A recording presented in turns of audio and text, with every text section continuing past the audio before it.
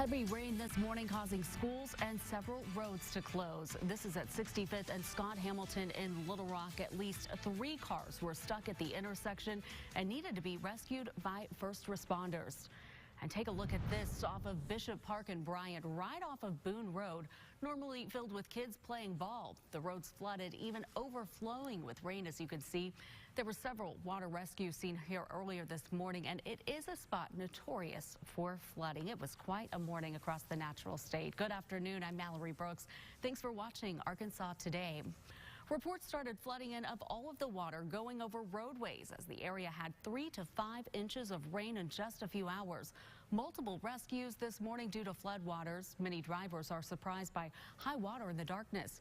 We caught one rescue in action. Take a look at this. We caught this man sitting on top of his car waiting on the Bryant Fire Department to rescue him. And Interstate 30 backed up earlier this morning because of heavy flooding. RDOT closed parts of the interstate. The lanes are back open, but traffic is still being impacted. Price McKeon talking to drivers in the area and is live near Interstate 30 and Mapleville Road. Price, what does it look like right now out there? Well, I can tell you, Mallory, in the last 1 to 2 minutes, my photographer and I have really started feeling this rain start to come down again. But if you take a look out here, this is Interstate I-30 eastbound, right near exit 128, right near those outlet malls. It's flowing, traffic is moving, but this less than an hour ago was almost at a standstill because RDOT had to close one of those lanes. That gives you an idea of just how quickly this water's receding. But what's not receding are these small roads, these side roads, just like this one that lead to homes and businesses. Those still remain flooded. Now take a look at this video from about an hour ago. Drivers parked or crawled along I-30 westbound near the outlet mall and I-40 for more than an hour this morning. After waters receded, there were RDOT crews out there making sure the road was safe for drivers. We met up the road with a grandfather who was at a gas station who told us he was trying to pick his grandkids up from Pulaski Tech.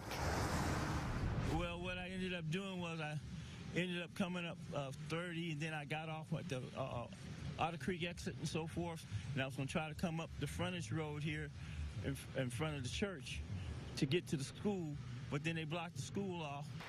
Half a mile to meet them. Slowly, one by one, we've watched as RDOT reopens portions of I-30. Now, again, interstates like I-30, you can hear the traffic. It's flowing, but it's these roads, these small roads, and even some state highways that are still remain flooded. We're going to go check on some other areas, and we'll bring you another live report on KARK 4 News at 4. Reporting live in Pulaski County, Price McKeon, back to you. Thank you. Also worth noting, several school districts were closed today. Pulaski County Special School District, Bryant School District, and Benton all closed due to the flooding, plus a few others. And we have video just coming into our newsroom out of Little Rock. It was captured moments ago after a woman and her 2 dogs were rescued by people hearing her scream for help. It happened off Chenal Parkway near Wellington Hills Road overnight. Take a look at that. Witnesses say the water was at the driver's waist and rising. Everyone is thankfully okay. And in the city of Clinton, police have arrested 2 men for driving a stolen vehicle, and the 2 men are wanted for questioning in a murder in Waco, Texas. Detectives say the pair were picked up on Wednesday night at Murphy's gas station on Highway 65. An officer noticed the driver acting nervous and ran the license plate. That's when officers learned the car was stolen and the 2 men had warrants out of Texas. Casey Hughes and Justice Stanford are being held in the Van Buren County Jail. El Dorado police looking for a man wanted in connection to a Tuesday night murder. Police say Keateras Demon Tyler is wanted on first-degree murder charges. He is considered armed and dangerous. Tips leading to an arrest are eligible for a $1,000 reward. So that's the bottom line. After nearly 2 years of investigation, thousands of subpoenas, hundreds of warrants, and witness interviews, the special counsel confirmed that the Russian government sponsored efforts to illegally interfere with the 2016 presidential election, but did not find that the Trump campaign or other Americans colluded in those efforts. After almost 2 years, a redacted version of Special Counsel Robert Mueller's Russia investigation is being released to Congress and the public. We get the latest now from NBC's Jennifer Johnson in Washington. The long-awaited special counsel's Russia report finally being released to Congress and the public after being redacted by Attorney General William Barr. The president's personal lawyers were not permitted to make and did not request any redactions. Significant portions of the report contain material over which the president could have asserted privilege, and he would have been well within his rights to do so. Barr, who was appointed by the president, repeatedly said there was no collusion between the Trump campaign and Russian operatives, despite efforts by the Russians to influence the 2016 election. Barr concluded the president did not try to obstruct the investigation, although Mueller didn't ask for that determination. I didn't talk to him directly about the fact that we were making the decision, but I am told that his reaction to that was that it was my prerogative as Attorney General to make that decision. Democrats are now blasting Barr for reportedly briefing the White House and press before Congress and spinning the results. They now want Mueller himself to testify. We'll probably find it useful to ask Mueller to testify, and I assume we may ask members of his team to testify. Democrats want to see the full report with no redactions.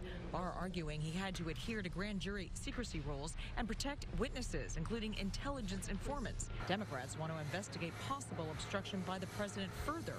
His reaction on Twitter: presidential harassment, as the president continues to claim total exoneration. Jennifer Johnson, NBC News, Washington.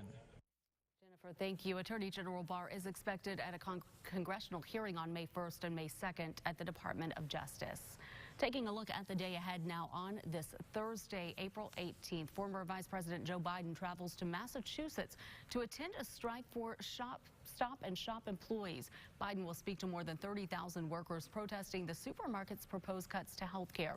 The speech comes as the former VP is expected to declare a 2020 presidential run as early as next week. And it's time to celebrate a special crunchy sweet treat. Today is National Animal Cracker Day. Grab a box of your favorite animal-shaped cookies and let the childhood nostalgia settle in. Taking a look back at this day in history, the world's most renowned scientist is remembered. Albert Einstein died today in 1955. The Nobel Prize-winning physicist laid the groundwork for many modern technologies, including nuclear weapons and cosmic science. And that is a look at your headlines. Your Pink Trail Nation report is coming up. And of course, it's been a very rainy Thursday morning, and as we head into the afternoon hours, we're still going to see more of this appearance outside. But there is some good news, and we're going to talk about that right after this.